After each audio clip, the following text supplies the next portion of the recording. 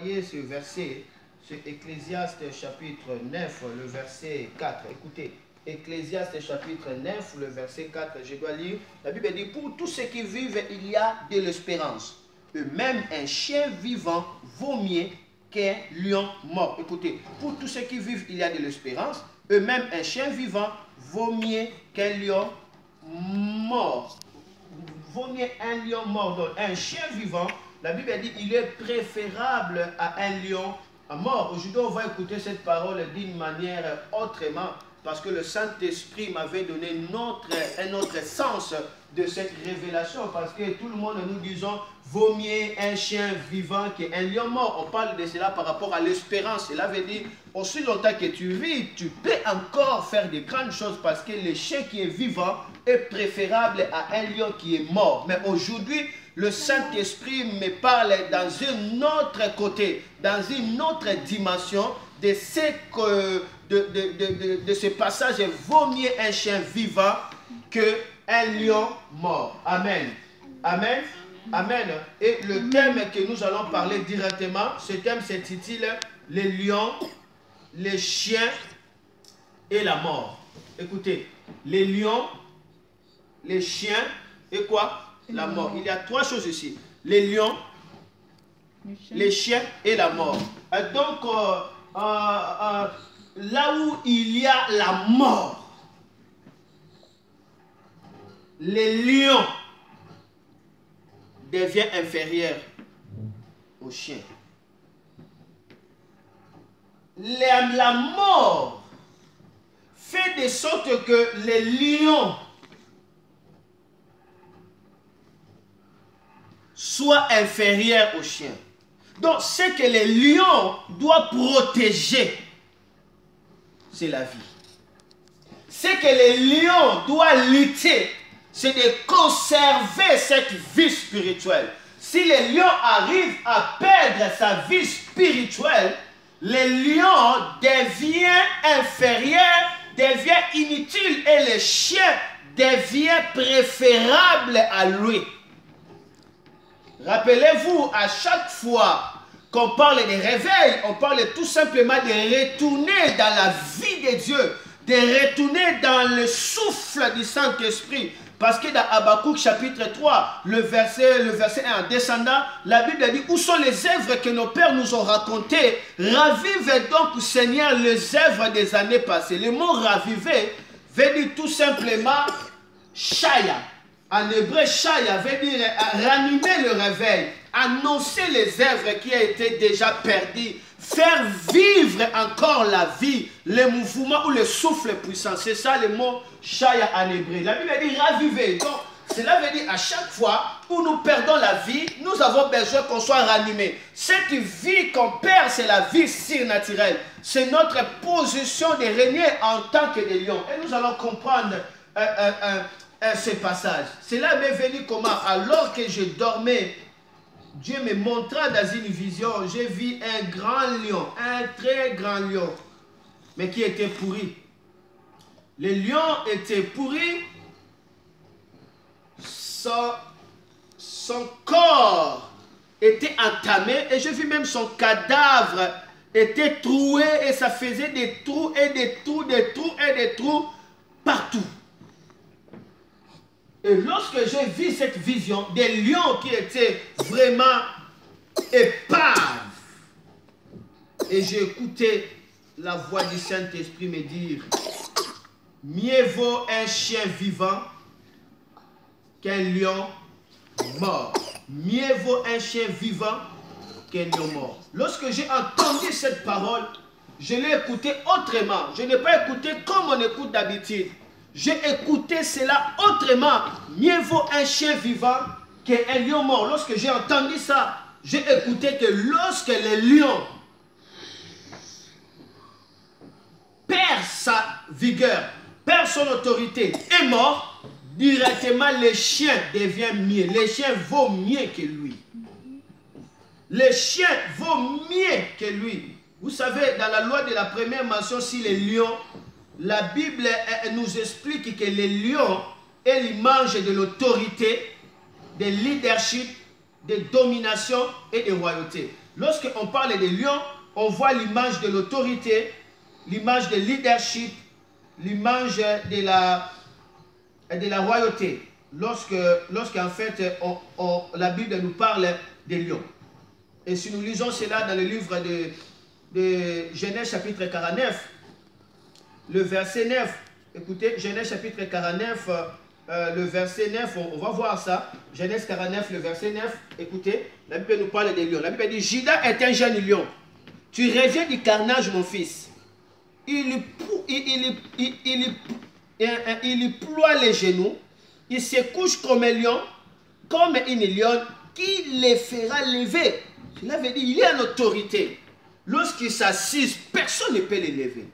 Lorsqu'il fait quelque chose, personne ne peut le contredire. Ça, c'est les lions. Ça, c'est la première fois où la Bible nous parle des lions. La Bible parle des lions comme dans le sens de l'autorité, la domination, la leadership. Lorsqu'il s'assoit dans son trône, qui peut l'élever? Alors, lorsque toi, enfant de Dieu, tu perds cette autorité, tu perds cette vie du Saint-Esprit, n'importe qui peut te lever de ton trône. Mais la bonne nouvelle, ce matin, la Bible me dit que les lions est l'autorité. Et il perd son autorité lorsque, directement, il est mort. Ça veut dire lorsqu'il perd sa leadership. Mais la bonne nouvelle, ce matin, si tu avais perdu ta position, Dieu va te le restituer. Amen. Si tu avais perdu ton autorité, Dieu va te le restituer. Amen. Et aucun sorcier se lèvera pour te faire lever de ton trône. Amen. Aucune puissance te lèvera pour te faire lever de ton trône. Tu es un lion.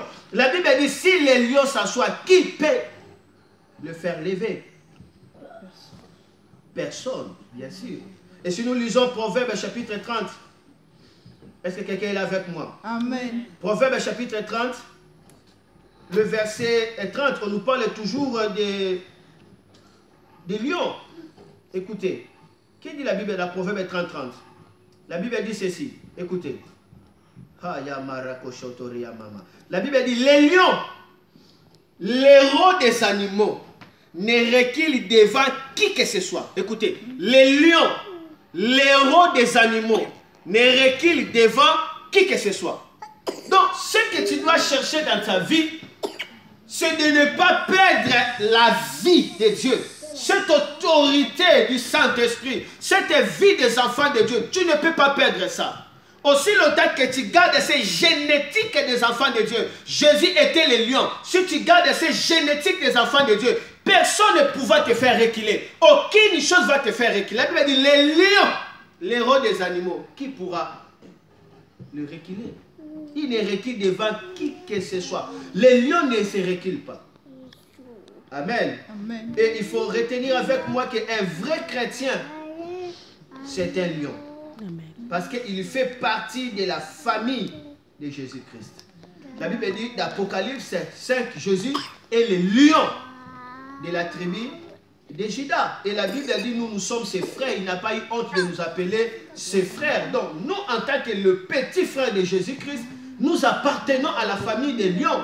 Le frère des lions, c'est un lion. Ceux qui sont dans la famille des lions sont tous des lions. Donc, nous sommes des lions. Alléluia. Et en tant que des lions, nous devons veiller à ce que notre vie ne meure pas. Amen. Sinon, les chiens seront préférables à nous.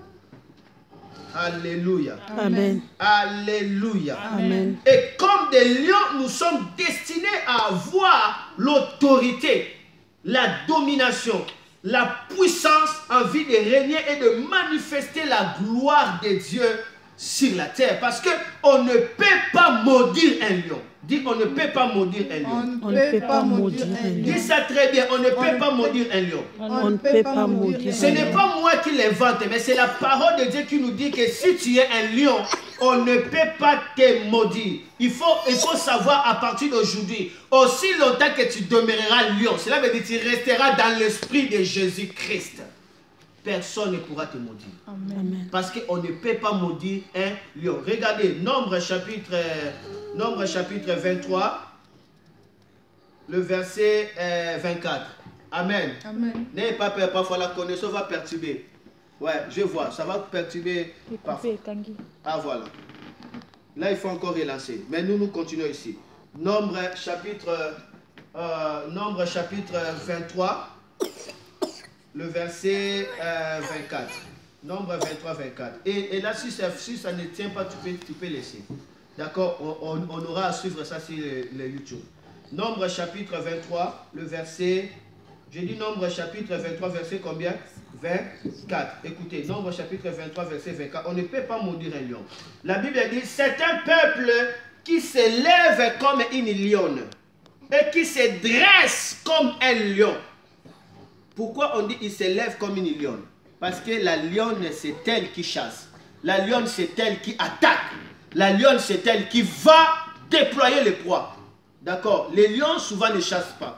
Mais si un lion chasse, c'est qu'il n'y avait rien, il n'y avait pas des animaux. Là, les lions maintenant sortent pour faire quoi? Pour aller chasser. Mais souvent, c'est toujours sa femme qui va poursuivre des lièvres, poursuivre des antilopes. Mais les lions se gardent toujours là, dans son carnage. Il est là avec l'autorité, il contrôle la situation. Donc, si tu es lion, tu es appelé à attaquer et à contrôler. Donc, nul ne peut te repousser. On ne peut pas maudire un lion. Écoutez, la Bible nous parle de nous. Il s'agit de nous. Nous sommes les frères de Jésus. Nous sommes des Juifs.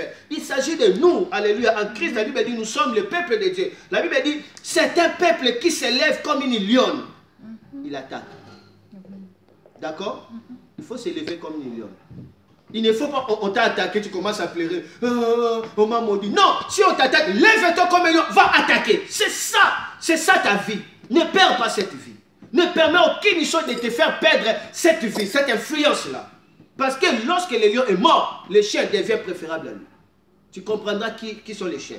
C'est un peuple qui se lève comme une lionne et qui se dresse comme un lion. Il se dresse, il se tient debout comme un lion. Je prie, mon Dieu, que tu te dresses comme un lion. Amen. Que tu te redresses encore comme un lion. Là où tu étais tombé, mais que tu te redresses aujourd'hui comme un lion. Amen. Il ne se couche point jusqu'à ce qu'il ait dévoré la proie. Alléluia. Amen. Et qu'il ait bu le sang de blessés. 25. Balak dit à Balaam, ne le maudis pas, mais du moins, ne le bénis pas. Alors maintenant là, écoutez maintenant le verset, là c'était Nombre 23. D'accord? Maintenant, Nombre 24, là, on nous parle, on ne peut pas maudire un lion, le verset 9. Écoutez. Tu vois? Lorsqu'il voulait maudire, le prophète, il dit, lorsque le roi voulait pousser le prophète à maudire, le prophète dit, c'est un peuple qui s'élève comme une lionne. Il se dresse comme un lion. On ne peut pas les maudire. On ne peut pas les maudire. Mais écoutez Balak qui dit, mais dis-moi, ne les maudis pas et ne les bénis pas aussi. Mais maintenant, dans le verset, j'ai dit Nombre 24, le verset combien? Le verset 9. Écoutez, la Bible dit, Nombre 24, le verset 9. Nombre 24, le verset 9. La Bible dit, il ploie ses genoux, il se couche comme un lion, comme une lionne, qui fera les lever. Béni soit quiconque te bénira, et maudit soit quiconque te maudira. Béni soit quiconque te bénira, et maudit soit quiconque te maudira. Et 10, la colère de Balak s'enflamma contre Balaam. Il frappa des mains et dit à Balaam, c'est pour maudire mes ennemis que je t'ai appelé. Et voici, tu les as bénis 3 fois. Amen. Amen. On ne peut pas maudire un lion. Ici, il dit